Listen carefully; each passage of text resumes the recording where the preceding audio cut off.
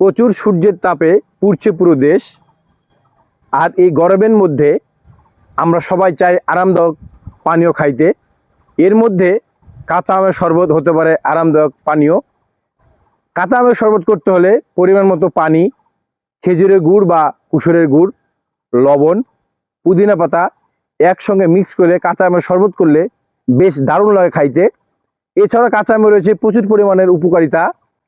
কাঁচা আম খাইলে হজম শক্তি বৃদ্ধি করে, কোষ্ঠকাঠিন্য দূর হয়, বমি ভাব দূর হয়, অ্যাসিডিটি, গ্যাস্ট্রিকের মতো সমস্যা কাঁচা আম অনেকাংশে দূর করতে সহায়তা করে, রক্ত সঞ্চালন বৃদ্ধি করে এবং কাঁচা আমে থাকা বিটা ক্যারোটিন ও ফাইবার হৃদরোগের ঝুঁকি অনেকাংশে কমাতে সাহায্য করে, কোষ্ঠকাঠিন্য দূর করে এবং পুরো দেশে যে তাপদাহ চলছে এই তাপদাহর মধ্যে অনেকে কিন্তু হিট স্ট্রোক করতে পারে। এই কাঁচা আম অনেকাংশে কিন্তু হিট স্ট্রোক দূর করতে পারে। তবে একটা বিষয় মাথায় রাখতে হবে, যে কোনো জিনিস অতিরিক্ত ভালো নয়, তাই আপনারা এই কাঁচা আম পরিমাণ মতো খাবেন।